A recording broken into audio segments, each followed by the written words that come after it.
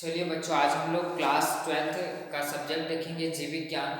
जीव विज्ञान में हम लोग जो है चैप्टर 3 पढ़ रहे हैं, ह्यूमन रिप्रोडक्शन, मानव जनन। ठीक है, मानव जनन में आज हम लोग जो है युग्म जनन मतलब गैमेटोजेनेसिस का अध्ययन करेंगे। गैमेटोजेनेसिस क्या है? मादा जनन का वह प्रोसेस है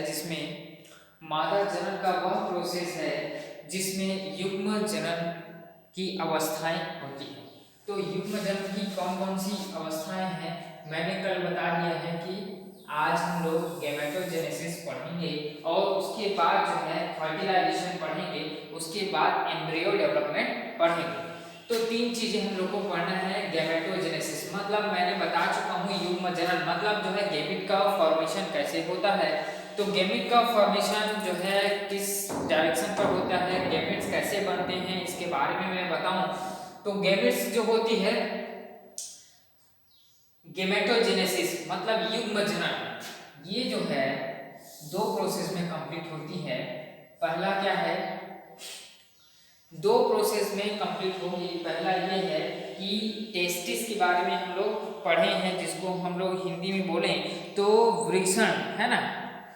क्या है? टेस्टिस, जिसको हम लोग बोलते हैं वृषण। ठीक है। और दूसरा होता है हमारा दूसरा ओवरी। क्या? ओवरी। यह है वृषण और ओवरी के, जिसको हम लोग बोलते हैं अंडाशय।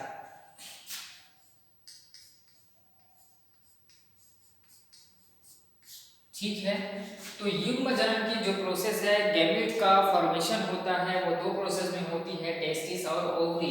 तो टेस्टिस में क्या बनती है, क्या फॉर्मेशन होती है? टेस्टिस प्रेजेंट करते हैं मेल, एम ए, ठीक है, फीमेल।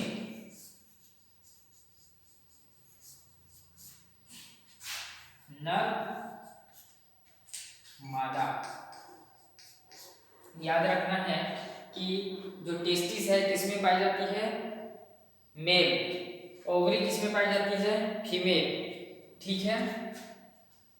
अब जो है टेस्टिस का वर्क का क्या है, फंक्शन क्या है? टेस्टिस का फंक्शन बताइए, और किसका? ओवरी का।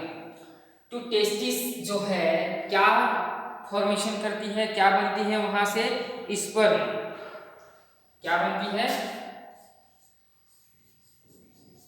स्पर्म बनाती है, जिसको हिंदी में बोले तो शुक्राणु।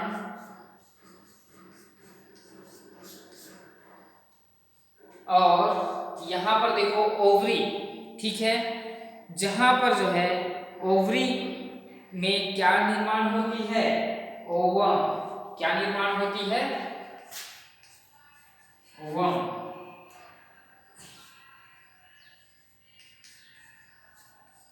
अंडाणु। किस केस में हम लोग बात कर रहे हैं? मेल के केस में क्या बनेगी? शुक्राणु। फीमेल के केस में क्या बनेगी? अंडाणु। अब जो है स्पर्म और अंडाणु दोनों क्या हो जाएंगी? मिलेगी। स्पर्म और अंडाणु दोनों आपस में मिल करके क्या फॉर्मेशन करती हैं? गैमेटोजेनेसिस। क्लियर? यहां पर जो है गैमीट का फॉर्मेशन होता है।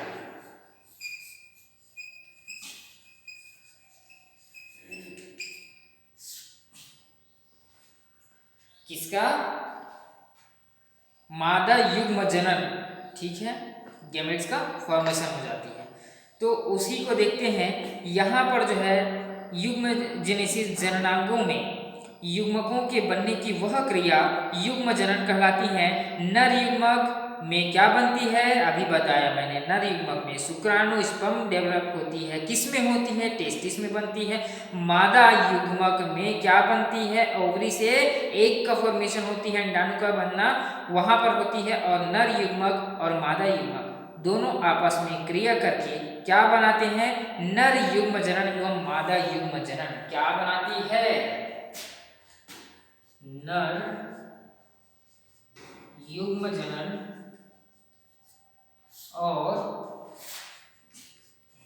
मादा युग्म जनन। ठीक है, सभी को क्लियर यहाँ तक? नर युग्म जनन और मादा युग्म जनन। अब नर युग्म जनन की केस में क्या हो जाती है कि वृक्षण मतलब टेस्टिस में नर युग्मक अर्थात शुक्राणु बनना चालू हो जाती है। उस क्रिया को हम लोग बोलते हैं शुक्राणु जनन। इस क्रिया को क्या बोलते हैं? शुक्राणु जनन। किस केस में? नर युग्म जनन की केस में शुक्राणु को बनना शुक्राणु जनन कहलाती है, और मादा के केस में जो है अंडाणु का बनना अंडाणु जनन कहलाती है। ठीक है, और ह्यूमन में क्रोमोसोम की संख्या कितनी होती है? 46। 46 जो है गुणसूत्र पाई जाती है। गुणसूत्र कितने पाए जाते हैं? 46 जो है गुणसूत्र जो है ह्यूमन में पाई जाती है, और किस में डिवाइड रहती है? 23 में डिवाइड रहती है। किस केस में? नर में भी और मादा में भी। मादा में जो है क्रोमोसोम की संख्या कितनी पाई जाती है? 46। तो इसमें भी क्या रहती है? 23, और 23 में क्या रहती है? डिवाइड रहती है। 23 और 23 में डिवाइड रहती है। ये जो है नर का और ये मादा का, तो नर और मादा का दोनों एक एक, यानी कि इधर का 23 और ये 23 आपस में मिल करके क्या हो जाती है? 46। क्या हो जाती है? 46। तो इस प्रकार का जो है युग्म जनन कहलाती है। ठीक है, समझ सकते हैं कि गुणसूत्र जो है ह्यूमन में नर और मादा के केस में कितनी पाई जाती है? 46 डिवाइडेड रहती है 23 में, और एक 23 नर और मादा का जो है मिलने से क्या हो जाती है? 46। तो ह्यूमन का डेवलपमेंट होती है। यहाँ तक बिल्कुल सभी को क्लियर होनी चाहिए बात। अब हम देखते हैं मनुष्य में शुक्राणु जनन की क्रियाविधि 11 से 13 वर्ष में 11 से 13 वर्ष की आयु से लड़के में जो है वृक्षण और शुक्राणु जनन नलिकाओं में प्रारंभ हो जाती है। शुक्राणु जो है बनना जो है 11 से 13 वर्ष के जो है बालकों में जो है नर जननांग में बनना चालू हो जाती है। ठीक है, यहाँ तक क्लियर? अब देखते हैं लड़के के जो वृक्षण यानी कि टेस्टिस में शुक्राणु नलिकाओं में प्रारंभ हो जाती है। शुक्राणु जनन नलिका की जनन कोशिकाएं अर्धसूत्री विभाजन मेयोसिस डिवीजन होती है और शुक्राणुओं का निर्माण हो जाती है। तो यहाँ तक सभी को क्लियर हो गई बात।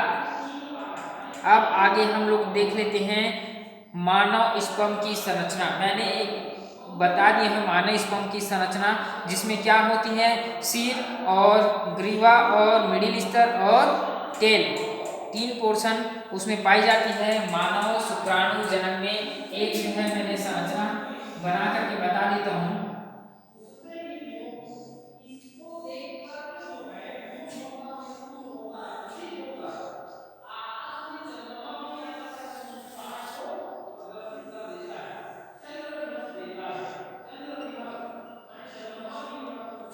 देखो यहाँ पर जो है इनका हेड पोर्शन है,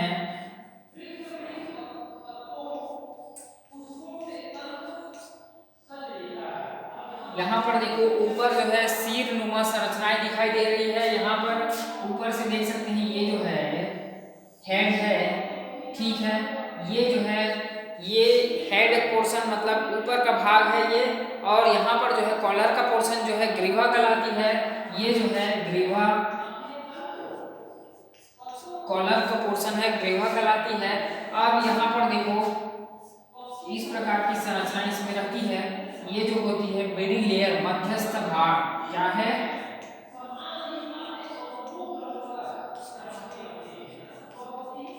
मध्यस्थ भाग, और लास्ट जो है पुंज की संरचना है, इसको टेल बोलते हैं, पुंज कहा जाता है।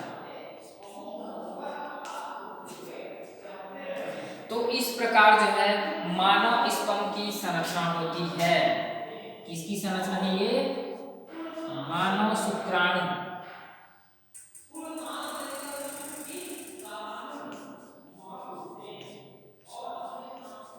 मानव शुक्राणु लिख सकते हैं, और या फिर इसी को मानव स्पर्म की संरचना।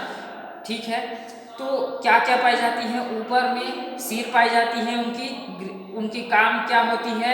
शुक्राणुओं का जो सिर होती है वो अंडाकार और चपटानुमा संरचना होती है, जो अग्रभाग में जो है गोल्जी काय से बना एक्रोसोम का होता है। किसकी बनी होती है?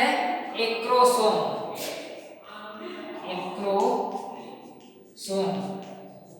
ये जो है ऊपर की जो संरचना है किसकी बनी होती है? एक्रोसोम की बनी होती है, और जो है कहाँ प्रेजेंट रहती है? गोल्जी काय में रहती है, जो निषेचन के समय शुक्राणु को मादा युग्मक में प्रवेश करने में सहायता करते हैं। इनका काम क्या है? जब ये जो शुक्राणु, यहाँ पर देखो शुक्राणु यही चीजें हैं, ये जो है 400 मिलियंस में बनते हैं। मैंने एक ही संरचना बनाया है, और ये जो बनी होती है एक्रोसोम की बनी होती है, ये हेड पोर्शन क्या काम करती है? ये जो अंडाणु में प्रवेश करना होता है मादा जनन के अंदर, मतलब फीमेल में जो है रिप्रोडक्शन की जो प्रोसेस होती है उसमें ये क्या करती है? हेड पोर्शन उसमें इंटर करती है। इनका काम इतना ही है कि ये जो शुक्राणु को लेकर के क्या करती है? यहाँ पर जो है ओवम में फॉर्मेशन करती है। ठीक है, अब जो है ग्रीवा की बात करें नीचे, यह जो है स्पर्म का वह भाग होता है जहाँ समीपस्थ जो है सेंट्रियोल उपस्थित रहता है। सेंट्रियोल जहाँ पर उपस्थित रहता है, ग्रीवा का भाग सेंट्रियोल में निषेचित अंडाणु के विभाजन द्वारा प्रारंभ हो जाती है, और मध्य का जो भाग है, जो मिडिल लेयर है, यहाँ पर देख सकते हैं मध्य का जो भाग है, उनकी क्या काम है? तो यह जो है सिर के पीछे का भाग जो ग्रीवा होती है, संसर्ग भाग कहलाते हैं। दूरस्थ सेंट्रियोल का आधार काय यानी कि बेसल बॉडी कहा जाता है। ठीक है, ये जो है माइटोकॉन्ड्रिया युक्त जो है जीव द्रव्य का पतला आवरण होता है। नीचे का भाग देखो, जहां पर पुंछ, जिसको टेल बोला जाता है, शुक्राणु का पिछला और लंबा जो पतलानुमा संरचना है वो टेल कहलाता है, और इनकी जो सक्रियता होती है शुक्राणुओं को गतिशीलता प्रदान करती है। ये क्या काम करती है? ये जो है स्पीड से गतिनुमा संरचना होती है, गति के कारण ये जो है पहुंचाती है जहां उनको पहुंचना रहता है। तो इस प्रकार आज जो है युग्म जनन कंप्लीट होता है।